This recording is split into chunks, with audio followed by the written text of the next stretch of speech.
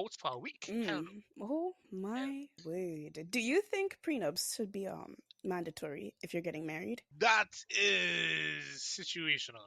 Situational. Okay, well, I'll hit you two situations, right? Well, I mean, So the okay, before you hit me these situations, I will say that if you and your partner, your significant other, built something together, both contributed, you all built something, right? On the come up before you all got married, whatever the case. I don't see a problem if there's no prenup, right? And like if you all have multiple bank accounts, you have your stuff, she has her stuff, and then you all have the joint account, you all share and you all do stuff, whatever, sure. If someone built their entire legacy and empire up and somebody just comes in because like you know how bad mind people are these days, and they just feel that they could just marry you for a certain amount of time, destroy the relationship, and then take half to 3/4 of your shit. Hell no. Safeguard yourself.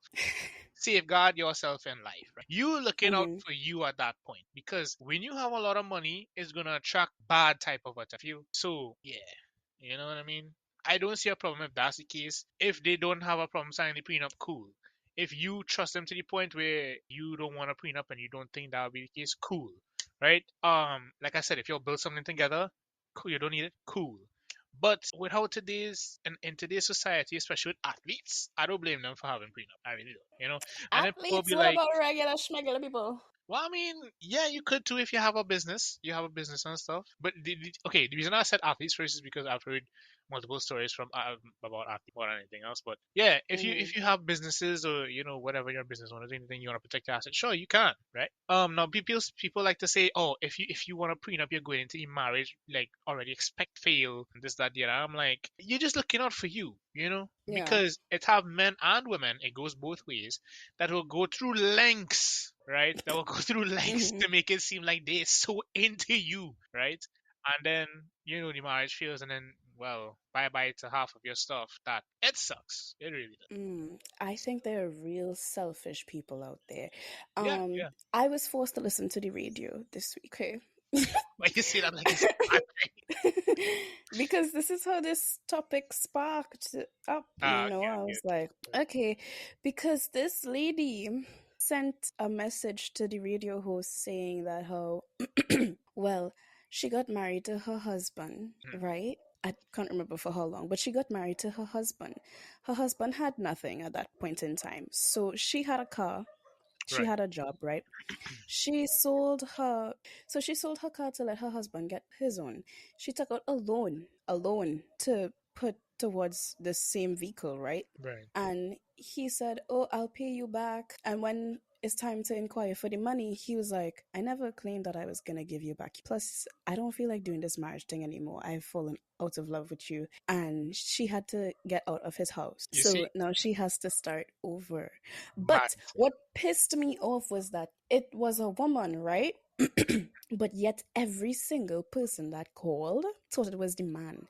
And he was like, "This is why men should save themselves, you know." But they were talking about, oh, how our country doesn't have prenups. And I'm like, you feel when the rich people in this country getting married, they don't have prenups? Yeah. You all just don't consider it. Exactly. Okay? But then they also said that how, oh, we should have a temporary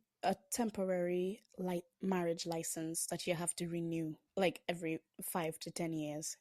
And my mom was like, what sense that make? Like, exactly. If you enter into the covenant of marriage, then it should be forever.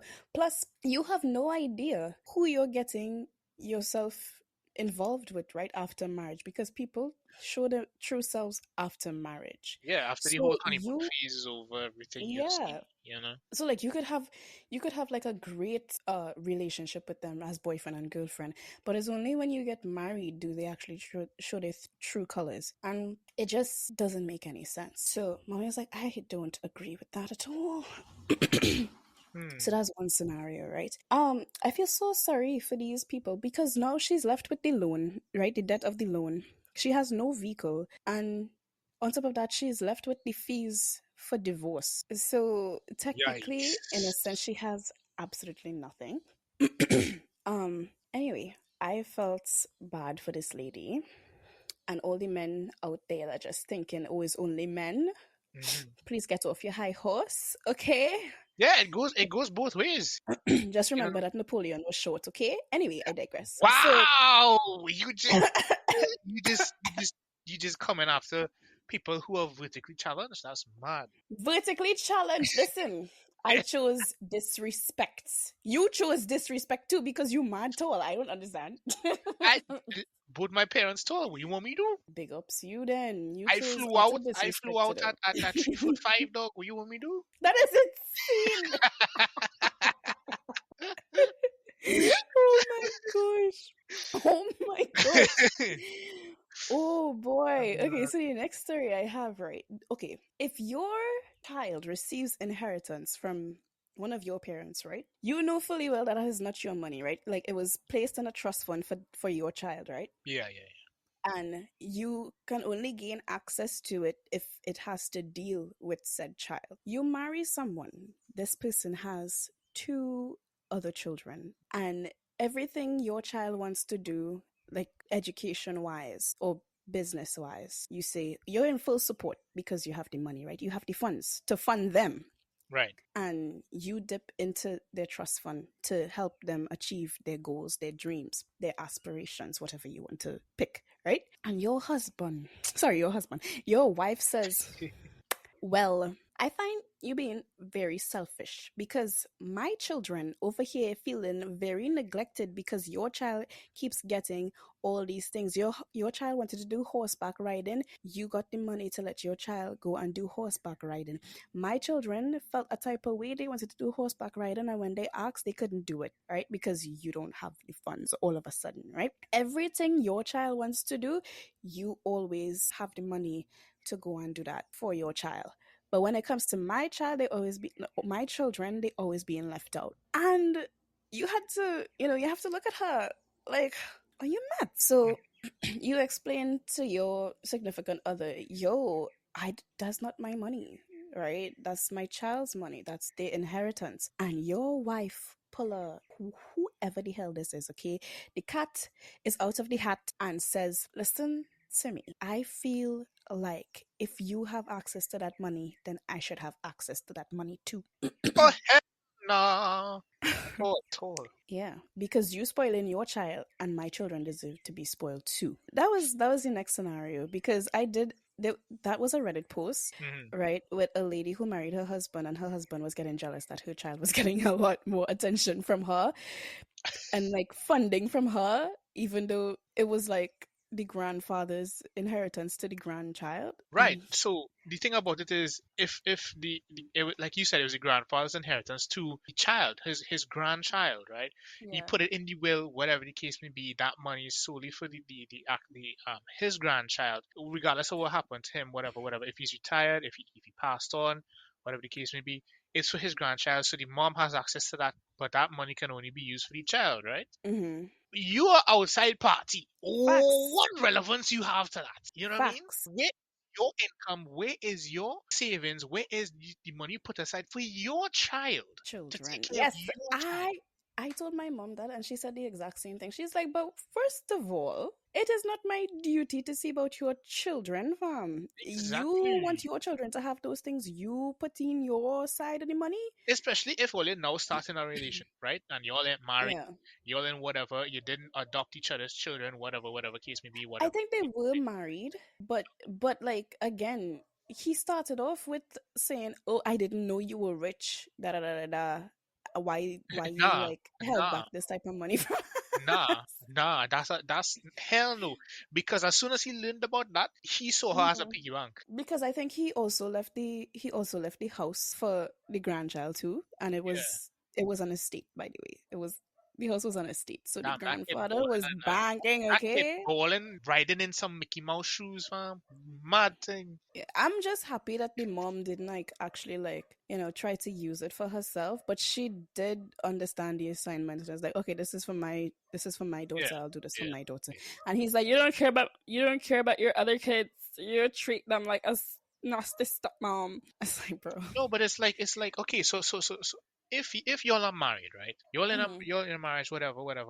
the kids are accepting, you're accepting of each other's kids, all that stuff, right? That Yeah. still doesn't change the fact that that inheritance is specifically for the grandfather's grandchild, that his grandchild, right? No other Yeah. kids, that money cannot be used for anybody else. What has to happen there, or what should happen, is that the stepmom, the stepdad, whatever the case may be, sees about everybody collectively, right? Or Yeah. the rest of people or the rest of kids collectively with the money that they earn, the money that they save, that they put aside, whatever thing like that. But each party needs to understand that that kid has a specific inheritance and money put aside specifically for them. So it is what it is. The thing is that the stepmom was like, you act like I don't put anything towards the children. Like, if I have the Yeah, funds, I will help your children because they technically are my children too. But when it comes to it's just that those I types of can't things, use that inheritance for everybody. It's specifically for, yeah. C. It's So, we call the child C, right? Abbreviation for whatever the child, whatever. That's yeah, specifically for C. So whenever C needs anything and C wants to do anything, the money is available for C to do anything. yeah, If the other kids want to do anything, well then we can contribute. We can pull something together. We have savings for them, but we could do stuff. It may not be on the yeah. scale of that, but and that's another thing too. They should have a talk with the kids. Like, not just because your sister's receiving these things means you have to get it, right? You're not Mm, entitled to anything, you know? yeah, yeah, yeah. But yeah, and it's not to say that the mom tries to rub it in their faces too, right? Oh, she's a good person. She has a good heart. Yeah, like if it's absolutely necessary and she sees that her child genuinely shows interest in this, then she would do it. If it's just like, oh, I want this, but there's no interest behind it, she wouldn't do it, you know? So I'm Yeah, like, I don't see how this person is a bad mom. Like, she still takes care of her stepchildren with the yeah, money that she earns for herself, right? right. But she's acting upon the will correctly. Like, you can't Yeah, just be you, upset you, you can't really blame for her that. or be at fault or get mad at her for that. And second of all, that guy needs to be more understanding. Like, I don't understand. People in the Reddit post was like, fam, if I was you,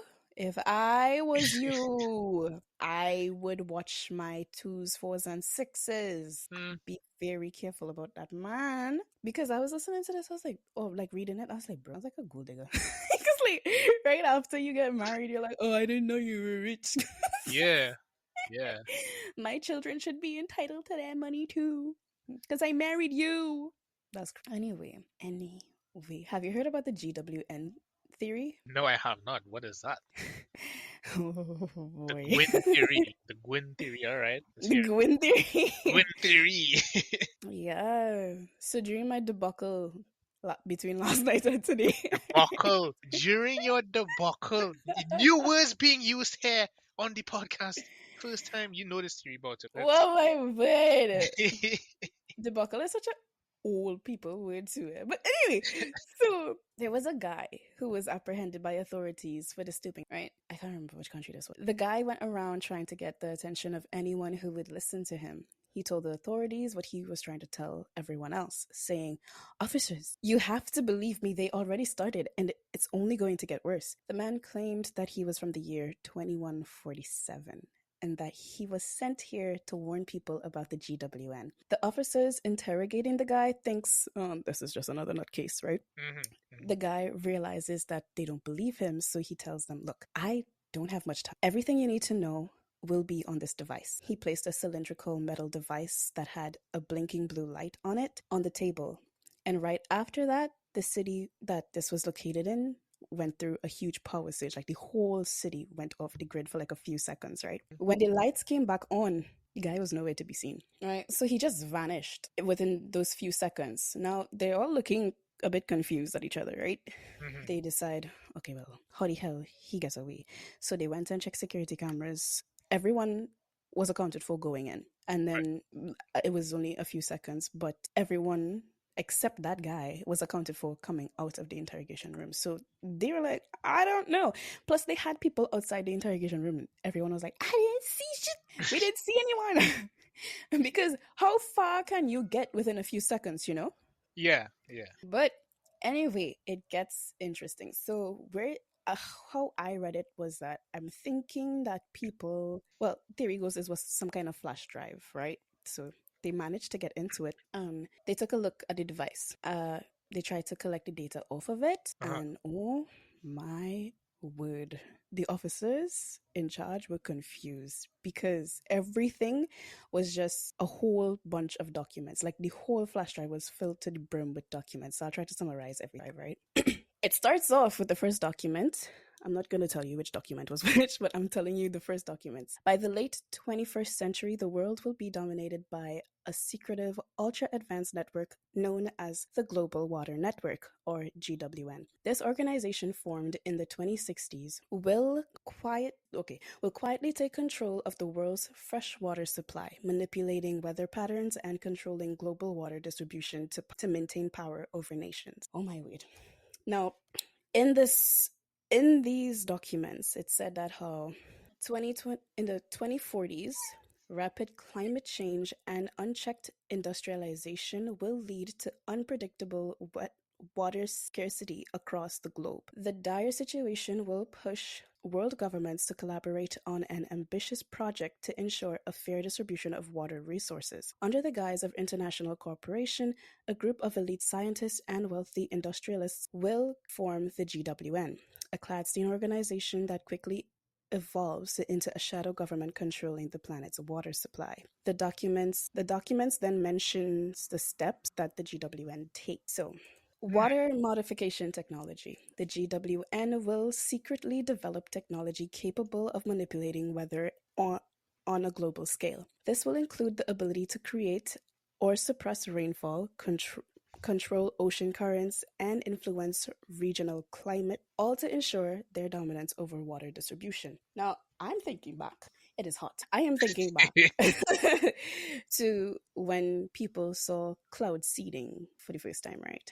Mm-hmm. Yeah, I'm thinking that's what they mean by control and rainfall or whatever. Because there were a few instances where people reported, oh, China and Dubai are like controlling the weather and they're doing this and it has so much more rainfall than it should have and da da da. Da. Mm-hmm. You remember that, or was it just me? No, no, I remember. I remember that. Yeah. Yeah. There's hidden reservoirs. By the 2030s, the GWN will have established massive underground water reservoirs across the world, hidden from public knowledge. These reservoirs will be filled by diverting and hoarding water resources through complex networks of underground pipelines and pumps, ensuring that the GWN can control which regions receive water. Global influence. As the scarcity of water becomes more acute, countries will become increasingly dependent on the GWN for access to clean water. The GWN will use this leverage to influence global politics, economics, and even military conflict. Nations that comply with the GWN's demands will be granted water access, while those that resist will face droughts and economic ruin. Population control. So they're using this as population control too, right? Of course, naturally. Naturally. Okay. The GWN will also manipulate global population levels through controlled water access. Regions deemed overpopulated will receive less water, leading to natural population declines. In contrast, areas that align with the GWN's goals will receive abundant water supplies, promoting growth and prosperity. You know what this makes me think about? What's that? How this country operates. Where, you know, like Wow. I does mean, it not? Because yeah, there are certain sections of this country that's like, we're not getting no water. yeah, yeah. Even though they're Either it's legit like living right cut to next to low the water dam. pressure, little to no water, or no water on the whole. But then obviously, Yeah. they have places like the gated communities that have like the water tanks, the water pumps, and all that. So they always have water. But for the places that aren't in gated communities that do have water, yeah, I mean, it sounds kind of. Yeah. But like just imagine people living close to water reservoirs, right? Like dams and stuff. But yet they still not get like, yo, what That's the hell? crazy. All right, so we back. We back. We back. We are back. Y'all wouldn't believe this, sir. Whoa. I'm letting them know what happened because I was in the middle of telling this theory and my Wi-Fi got cut, bro. Yeah, she just stopped talking. I saw the mute icon. I was like, hello. And then she just DC. I was like, oh. The first thing that came to mind was current gone. But then Wi-Fi dipped. Bro, So that is that's tough. mental. I was like, there's no way that they're listening, right? This is a recording. Oh my gosh, what They're was the always last thing listening. I told you? Oh shit! I trying to remember. Population control, right? Population control. No, we was talking about how this sounds exactly like Trinidad. Right. Yeah, I it mean, sounds exactly like our country. it sounds like the country you live in. Yeah. Yeah. Oh my gosh. Anyway, I'm gonna try to finish this quickly before they decide. You know, when she's still going and back and forth about this. Okay. So, all right. The next thing that happened was a public perception. Right. That's the next document on this theory. Mhm. Despite its vast power, the GWN will remain largely unknown to the general public. It will operate behind the scenes, with front organizations and seemingly benevolent NGOs acting as the public face. The narrative of global cooperation for water security will be carefully maintained to prevent public outcry or suspicion. Now, that's just like a brief overview of the GWN, right? Now, Mhm. it goes into detail about some things that they do.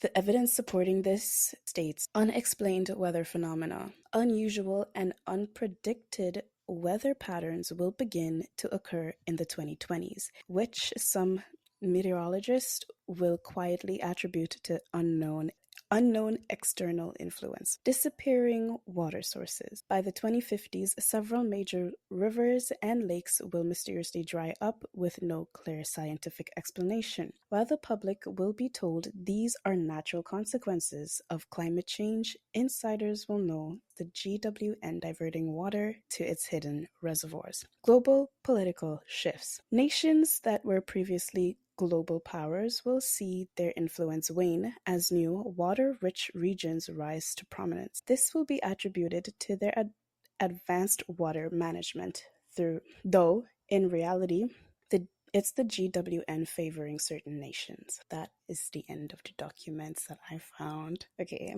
Raw. and bro, what do you think about it? Because they say it's a theory because no one actually knew if this like truly happened. I mean, we have documents on it, but like if the guy actually existed or if this is just a hoax. I mean, it could be a hoax, right? But Mm, at the same time, stuff that the document talked about is like actually happening. yeah.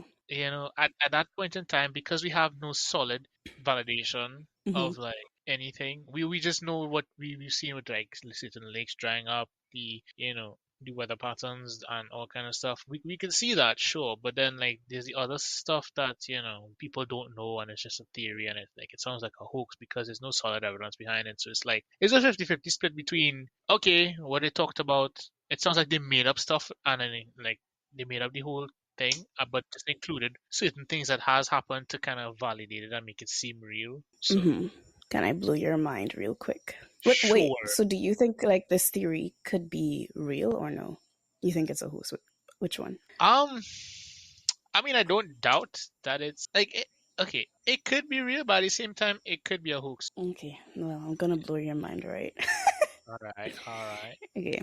The verdict is while the global water network makes for an intriguing theory with its ties to real world issues, the climate change and water scarcity, it's entirely fabricated. Okay, so that's going to be it for this week's episode of Mad Hatters International Podcast. Thank you for joining to everyone that stayed till the end. If you liked this episode, be sure to like, comment, subscribe, and turn on post notifications so you don't miss any new episodes uploaded. For those of you on Spotify, be sure to give us 5 stars if you did enjoy this episode.